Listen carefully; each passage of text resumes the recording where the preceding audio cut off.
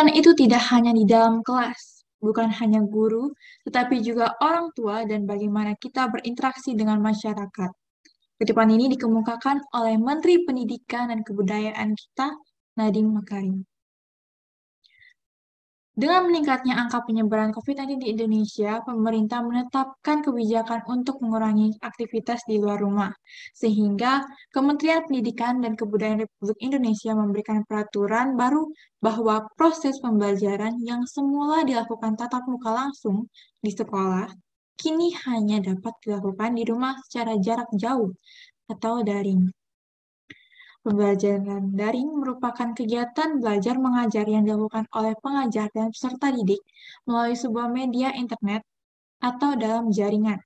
Pembelajaran daring dapat dilakukan secara asinkronus dan sinkronus. Asinkronus yaitu secara mandiri melalui e-learning dan sinkronus yaitu secara langsung melalui video conference. Melalui pembelajaran daring, kita dapat menghemat waktu dan juga biaya transportasi. Kita tidak harus bertemu secara langsung, melainkan kita dapat melakukan pembelajaran dimanapun dan kapanpun.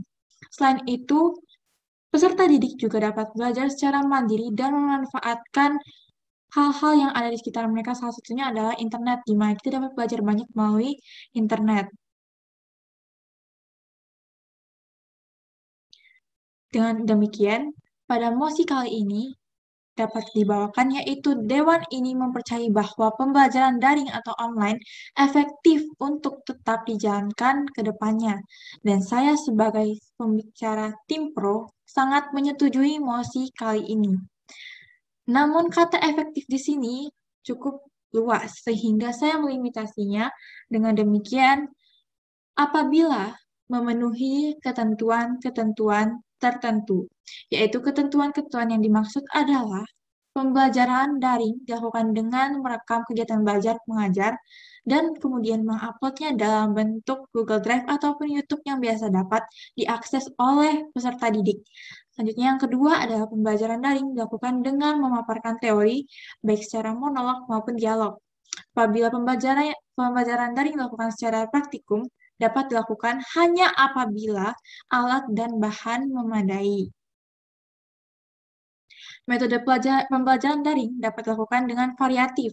Contohnya, mengadakan games pada sesi pembelajaran yang berisi materi pembelajaran, sehingga peserta didik yang mengikutinya dapat interaktif dan juga dapat kompetitif.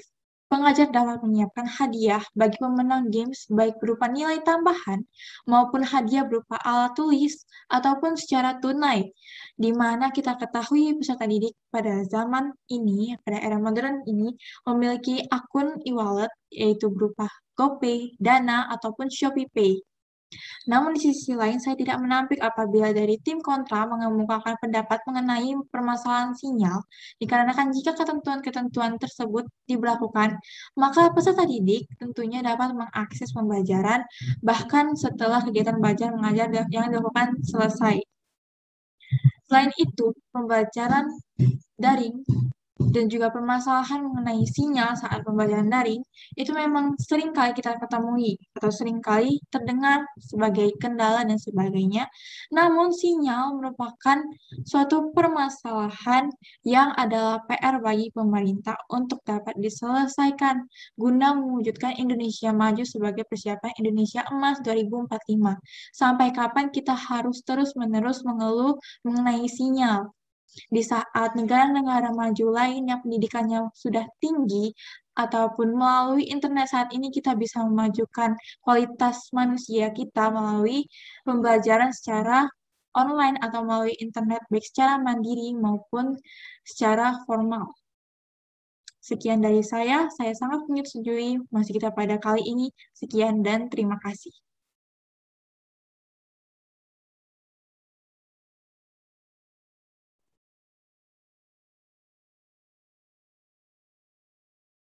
Baik, pidato akan saya mulai dalam 3, 2, 1.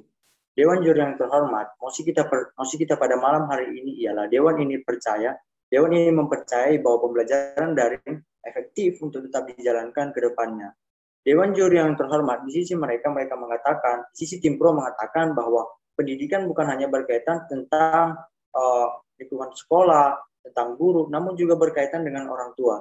Dewan Juri yang terhormat, perlu kita ketahui bahwa tujuan utama pendidikan adalah untuk meningkatkan kompetensi, untuk meningkatkan kecerdasan siswa itu sendiri, Dewan Juri, di mana kita tahu ketika sistem daring ataupun online ini berjalan, tentu peran terbesar dalam pendidikan adalah seorang tua. Perlu kita ketahui bahwa tidak semua orang tua mempunyai kapabilitas, mempunyai kemampuan untuk mengajari si anak, Dewan Juri yang terhormat. Walaupun mereka sudah mendapatkan ilmu secara telekonferensi dari guru ataupun mahasiswa, guru ataupun dosen itu sendiri, Dewan Juri yang terhormat.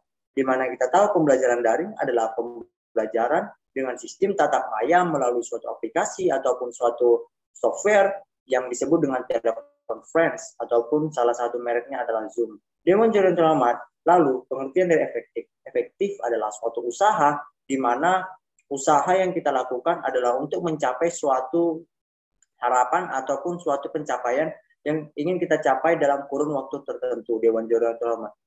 Dewan Juri yang terhormat, pada status quo pada saat ini ialah Indonesia berada pada peringkat keempat di Asia Tenggara dengan sistem pendidikan dari yang terbaik. Indonesia adalah peringkat keempat di Asia Tenggara. Untuk di dunia sendiri, Indonesia berada di peringkat 55 dari 73 negara di Dewan Juri yang terhormat. Perlu kita ketahui, hal ini sangatlah tidak pantas ataupun sangatlah tidak relevan untuk negara sebesar Indonesia. Dengan negara yang luas wilayahnya membentang sangat besar, dengan sumber daya alam yang sangat kaya, bahkan di sumber daya manusianya yang sangat banyak, Dewan Juri yang terhormat. Oleh karena itu, perlu kita komparasikan dengan beberapa negara besar seperti Amerika, Rusia, Cina, atau bahkan Australia, Kanada. Mereka memiliki pendidikan yang sangat baik. Oleh karena kenapa mereka memiliki pendidikan yang sangat baik? Karena mereka memiliki sistem pendidikan yang sangat baik. Dewan Juri yang terhormat, sistem pendidikan yang kita anut adalah sistem pendidikan secara tatap muka. Kita bisa melihat bahwa pun ketika kita sudah melakukan sistem pendidikan dengan tatap muka, kita masih berada di peringkat yang sangat jauh dari katakanlah capaian atau harapan dengan negara sebesar Indonesia ini. Apalagi kalau kita melakukannya secara online ataupun daring, di mana kita tahu mahasiswa ataupun siswa akan lebih memiliki peluang lebih besar untuk bermalas-malasan. Contoh ketika mereka offline, mereka masih bisa untuk melakukan katakanlah bolos dari sekolah, Dewan Juri yang terhormat. Apalagi dalam suatu teleconference, mereka bisa saja langsung mematikan kamera dan mungkin worst case-nya adalah mereka bisa saja tertidur, Dewan Juri yang terhormat. Nah, inilah beberapa bentuk kualitas pendidikan yang kami sampaikan, bahwa kualitas pendidikan kita perlu kita perbaiki untuk mencapai apa? Untuk mencapai tujuan Indonesia Emas tahun 2045. Dan kalau kita masih mempertahankan sistem pendidikan secara daring ataupun online ini, kita tidak akan bisa beranjak dari posisi kita. Bahkan mungkin akan bisa menurun, Dewan Juri yang terhormat. Lalu Dewan Juri yang terhormat, permasalahan kedua ialah permasalahan tentang jaringan. Kami juga tidak menampik bahwa tim pro sudah benar menampik kami bahwa masalah yang akan timbul dari tim kontra adalah jaringan. Mengapa kami menganggap jaringan adalah suatu masalah? Karena perlu kita ketahui, tidak semua wilayah, tidak semua daerah mempunyai kapabilitas untuk membangun suatu sinyal atau membangun suatu menara sinyal yang layak atau yang mampu menangkap sinyal dan kita dapat menggunakan sinyal itu dengan sangat baik. Nah, lalu di sisi mereka juga mengatakan bahwa pun ketika mereka tidak memiliki jaringan, mereka akan mengupload suatu record ke suatu Google Drive. Perlu kita ketahui bahwa tidak ada yang menjamin suatu siswa ataupun mahasiswa, seorang mahasiswa ataupun siswa dapat memiliki kemandirian yang seperti itu tadi. Seperti yang sudah saya katakan, pada keadaan offline saja mereka mau bolos, apalagi keadaan online. Inilah perbandingan atau komparasinya, Dewan Juri. Lalu poin ketiga ialah tentang kualitas pengajar, Dewan Juri. Perlu kita ketahui, dalam keadaan online, peralatan-peralatan yang digunakan tenaga pengajar adalah tentu software. Di mana kita tahu banyak tenaga pengajar atau tenaga pendidik yang belum paham ataupun masih gagap teknologi, Dewan Juri. Oleh karena itu mereka tidak akan leluasa untuk menjelaskan sesuatu atau menggambarkan sesuatu seperti halnya pada saat offline, Dewan Juri yang terhormat. Lalu Dewan Juri yang terhormat, pengaruh yang terakhir adalah, dampak negatif yang terakhir adalah di mana mereka akan memiliki rasa sosialisasi yang berkurang karena mereka hanya berkutat pada pendidikan yang ada di rumah saja, Dewan, dan tidak berpengaruh atau tidak bersosialisasi dengan orang lain, Dewan. Oleh karena itu kami percaya bahwa mosi ini tidak layak untuk diterapkan dan sangat bangga di tim kontra. Sekian, terima kasih. Konklusi dengan membawa mosi, Dewan ini mempercayai bahwa pembelajaran daring efektif untuk tetap dijalankan ke depannya. Melalui pembelajaran daring di tengah pandemi, menuntut peserta didik untuk beradaptasi dengan teknologi, di mana saat ini banyak sekali inovasi program pembelajaran yang tetap dapat dirasakan secara virtual, di mana para peserta didik memiliki waktu yang lebih fleksibel untuk belajar dan mengulang pembelajaran kembali dengan menggunakan rekaman video yang merupakan salah satu perkembangan teknologi di bidang digital yang akan mencapai era 5.0 yang mengharuskan kita untuk melek teknologi dan mampu beradaptasi.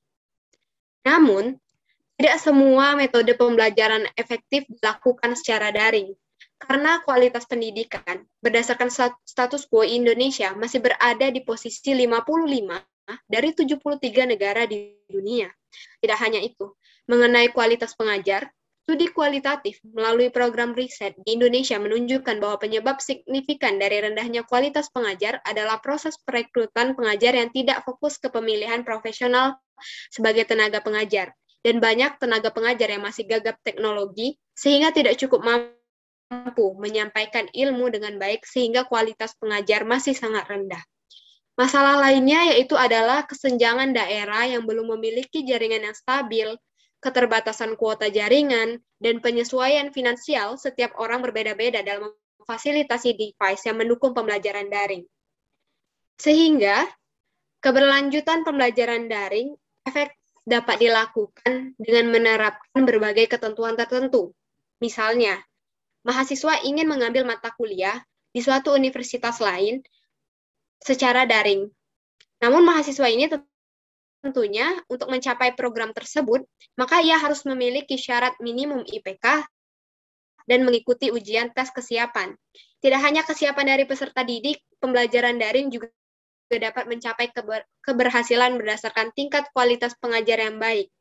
Misalnya, adanya pelatihan khusus untuk pengajar tentang bagaimana menyampaikan pembelajaran daring dengan baik, menarik, dan inovatif. Ini semua tidak lepas dari fasilitas program penunjang dari pemerintah. Sekian, terima kasih.